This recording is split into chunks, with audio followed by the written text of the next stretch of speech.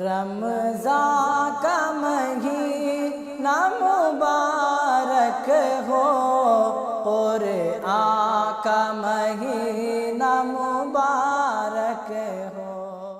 تو آئیے ہم جاتے ہیں ابھی تیسرے سیشن کی طرف، چوتھے پارے کا خلاصہ۔ تو اس علماء اکرام نے، اہل علم نے چوتھے پارے کو 15 یونٹ میں، 15 مقطع میں بانٹا ہے، اور ہر یونٹ کا اپنا ایک محور ہے، ایک تھیم ہے، ایک سبجیکٹ ہے جس کے اطراف وہ ٹاپک گھوم رہا ہے۔ پھر یہ 15 سبجیکٹس کا اور یہ 15 یونٹس کا آپس میں بڑا گہرا تعلق ہے۔ تو اوورال آج ہم چوتھے پارے میں دیکھتے ہیں تو سورہ آل عمران بھی چل رہا ہے، اور سورہ چوتھے پارے کے ختم میں سورہ نساء بھی سٹارٹ ہو رہا ہے۔ تو سورہ آل عمران، جیسا کہ میں نے کہا، سورہ فاتحہ میں صراط مستقیم کی اہمیت بتائی گئی تھی، تو اس صراط مستقیم کا ایک کانسٹیٹیوشن چاہیے، قانون چاہیے، تاکہ ہم صراط مستقیم پر چلنے کے لیے رولز ریگولیشن چاہیے۔ تو ہم کو سورہ بقرہ میں بتایا گیا ھدی للمتقین، ذالک الکتاب لا ریب فیہ ھدی للمتقین، کہ بھئی یہ کتاب ہے، اس میں کوئی شک کی گنجائش نہیں ہے، اور یہ متقیوں کے لیے ہدایت ہے۔ تو کانسٹیٹیوشن مل گیا، لیکن اس کانسٹیٹیوشن کو ماننے اور نہیں ماننے والے تین طرح کے ہوتے ہیں۔ جو کچھ ہوتے ہیں جو کھل کر مانتے ہیں، اس کے لیے جان دیتے ہیں، اس کے لیے مال لگا دیتے ہیں، اس کے لیے اپنی انرجی لگا دیتے ہیں اور اطاعت کرتے ہیں، اور کچھ لوگ ہیں جو کھل کر تکذیب کرتے ہیں، کفر کرتے ہیں، اور تیسرے قسم کے وہ لوگ ہیں کہ اوپر سے مانتے ہیں لیکن اندر سے نہیں مانتے، جس کو آپ کہتے ہیں کہ منافقین۔ اللہ سبحانہ وتعالیٰ ہماری بات فرمائے۔